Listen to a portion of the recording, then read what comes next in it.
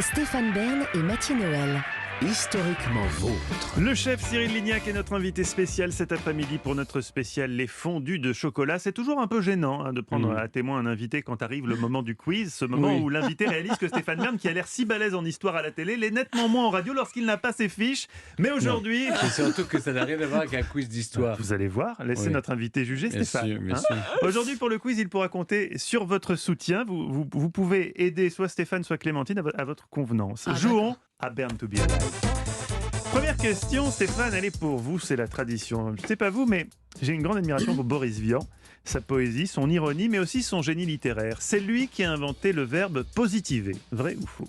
Quand une célèbre marque a utilisé le verbe positiver, cette marque a subi les foudres de l'Académie française et des autres, et on n'a pas invoqué Boris Vian. Ah, j'ai aucune idée là. Non, moi non plus. Enfin, moi j'ai la réponse. Ça ne me mais... dit rien. D'autre part, si ça n'était pas vrai, pourquoi nous poserait-on la question? Parce qu'il a peut-être inventé un autre mot.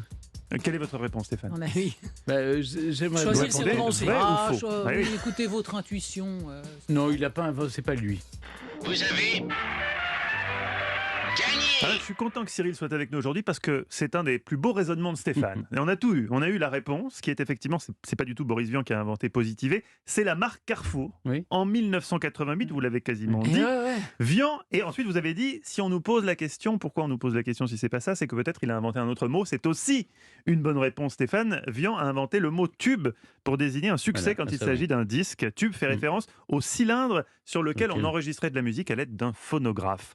Bravo Stéphane, Merci. ça m'arrive peu de le dire, mais je le dis. Citation numéro 2. Citation numéro 2, non, il y a une citation dedans, c'est pour ça que je dis ça. Question pour vous Clémentine. Voici une très belle citation, je vous demande de vous en imprégner. L'histoire c'est le passé, mais l'histoire c'est aussi le futur, celui qui n'est pas passé. C'est de moi. Voici une question d'histoire, mais qui concerne le futur. La NASA a financé et construit une imprimante 3D pour faire des pizzas. Elle servira pour les futurs voyages sur Mars. Vrai ou faux? Il va mieux acheter un four à pizza. Alors ça laisse songeur, parce que pratique à comment emporter une sur Mars. imprimante 3D, ça voudrait dire qu'elle manipulerait en même temps la pâte, les tomates, la mozzarella et les champignons? Écoutez, je ne suis pas ingénieur, mais globalement ça doit être ça. Qu'est-ce que c'est que cette histoire? En même temps, non, mais enfin, c'est n'importe quoi. On ne peut pas faire une pizza en 3D. Cyril, est-ce que vous voulez d'un futur on puisse faire une pizza en 3D? Enfin, je viens pas avec une imprimante 3D. C'est assez amusant parce qu'il y a quand même, je ne sais pas si vous l'avez vu, des boîtes à pizza où en fait vous commandez sur un parking et la pizza elle sort d'un distributeur de pizza. J'en ai croisé une sur un Voilà. parking. Oui, Ah moi oui, j'en oui. connais un. Donc, Tout sur Cher qui vend des andouillettes. Et comme donc, ça. du coup c'est quand même assez amusant de voir les distributeurs. Donc je crois pas à l'imprimante 3D, mais je me dis quand même on va vers une époque qui m'effraie parfois. Mais Il y a certainement un truc derrière cette question. Alors, la réponse est non. Vous avez perdu. Le futur est encore plus surprenant Mais ouais, que mais vous c'est ne l'imaginez, les amis. La réponse est vraie. Cette imprimante 3D existe depuis 2016. Elle fait une pizza en 10 minutes. Le plastique qui normalement est inséré dans les imprimantes 3D est remplacé là par du fromage, de la tomate et de la pâte. Concevoir ce robot a coûté 125 000 $. Voilà Incroyable. ce qu'ils vont bouffer sur Mars. Ça sera sans moi. Question numéro 3 pour vous, Stéphane. Là, Stéphane prend son petit air un peu hautain parce qu'il sait qu'il mène le quiz. Ça arrive Non, pas mais souvent, il est un petit peu, il vous regarde un peu, il dit Cyril, t'as vu, le quiz, je maîtrise.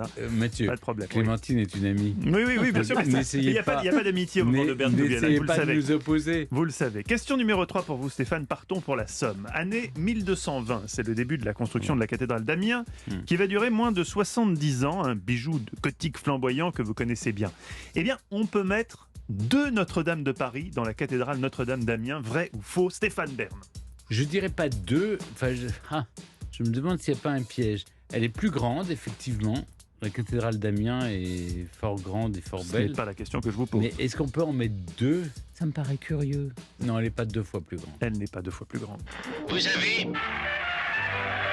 perdu. Aïe, Qu'est-ce vite, que un c'est nouveau que cette secret histoire d'histoire sur Amiens, Stéphane. Il va falloir y Elle est retourner. 2 fois plus grande. Volume intérieur de Notre-Dame de Paris, 100 000 mètres cubes. Celui de la cathédrale d'Amiens, 200 000 mètres cubes. Je ne suis pas très fort en maths, mais je peux vous dire que ça fait le double.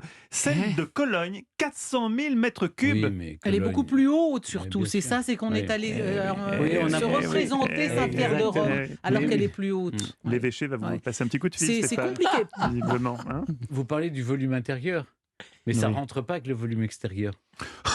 ça y est. Il Mais dépose bien un, sûr. vous Mais déposez un oui, recours. déposer une réclamation, bien sûr, bien sûr. Maître Enoki, qui est en studio, va nous dire si c'est validé ou pas. Nous verrons ça tout à l'heure. Ça permettra peut-être de faire la 5e question. C'est une bonne idée. C'est un bon recours. Je ne sais pas, Clémentine, c'était pour vous cette question. Je ne sais pas si vous aimez regarder l'émission de télé Thé ou Café. Si vous aimiez regarder Thé ou Café, parce qu'à mon sens, ça n'existe plus. Mais ma question est la suivante. Qui a été découvert en premier, la théine ou la caféine? Je dirais la théine, parce que je me souviens dans une exposition sur je ne sais quelle civilisation chinoise, on avait conservé à la fois de l'alcool de riz, des vieux thés. Et alors, quelle est la question exactement? Est-ce que ça a été identifié comme tel, la théine ou la caféine? Qui a été découverte en premier, la théine ou la caféine? Qu'est-ce que vous en pensez? Moi, je dirais le café. Le café pour Cyril. Parce que c'est vrai que ça paraît... Je pense que c'est ça doit être le piège. très c'est ancien. ouais. Je pense Ah oui, que mais le café... thé, on boit du thé, il y a des plantations de thé en Chine depuis des millénaires. Ah oui. Certes, Alors c'est on vrai. aurait pu trouver du café, on aurait trouvé des grains de café dans les grottes préhistoriques. Mais je vais vous reformuler la question pour vous aider un petit peu. La question c'est, on peut avoir consommé du thé ou du café, peu importe le nombre de Oui, bien millénaires. sûr. Ce qui a été Quand est-ce identifié que en ça a été premier. identifié? Ah d'accord, oui, alors là vous, Oui, nous, ça en faites, change tout. vous nous la faites Ah, ça Louis change tout. Pasteur là. Oui. Ouais. Alors on aurait identifié, peut-être qu'on s'est intéressé en tout cas en France à la caféine avant la théine, puisque c'est... Ouais, alors je vais dire le café. Vous avez perdu. Égalité. J'adore que l'égalité, ça permet de faire la 5e question. Ah non. Comment ça non? J'ai gagné parce que j'ai eu une bonne réponse, elle n'en a aucune, Clémentine. Eh oui. Mais je veux bien que vous posiez, je fais comme si je n'avais pas gagné, et vous posez votre question d'égalité. Stéphane, alors déjà, je vais vous expliquer quelque chose. C'est pas vous qui faites les règles de ce quiz. Donc là, je vous ai laissé parler pour un peu vous enfoncer devant Cyril, devant notre invité. C'est vous qui vous ridiculisez un petit peu. Mais effectivement, Ah, vous avez gagné non. par chance, j'ai envie de dire, Oui. par chance. Non. Bon, quelle est la réponse Et là? ça On mais la veut réponse, savoir. c'était la théine, mais d'accord. identifiée Et pourquoi, en alors 1827, ça a mis Ah du oui. temps, et la caféine encore plus tard, en 1838, quelques années plus tard. Arrêtez votre char, c'est 11 ans plus tard. Et surtout, Non, mais- surtout que quelques années plus tard, on va découvrir que la caféine et la théine, c'est exactement la même Même chose, molécule. mais Donc, oui. effectivement, ça n'avait. Très Et intéressante c'est donc- question, merci beaucoup. C'est donc, saluons-le pour une fois, Stéphane Bravo, Bern qui Stéphane. remporte Bern Bravo. premier Oui, live. bien sûr. Une fois n'est pas coutume. Mais je veux bien que vous posiez votre question d'égalité. Mais non, parce que nous n'avons plus le temps. Ah, Ah, c'est mais dommage. vous avez zut. passé tellement de temps Bern à, to be à nous alive. expliquer que vous aviez gagné que, Non, que, oui, on n'avait non. plus le temps de poser Mais la dernière votre question. mauvaise foi Et sans se- limite. sera- non, mais elle sera enseignée aux élèves. Parce qu'elle devient proverbiale. Ça devient le maître étalon de la mauvaise foi. Bravo quand même, Stéphane. Merci.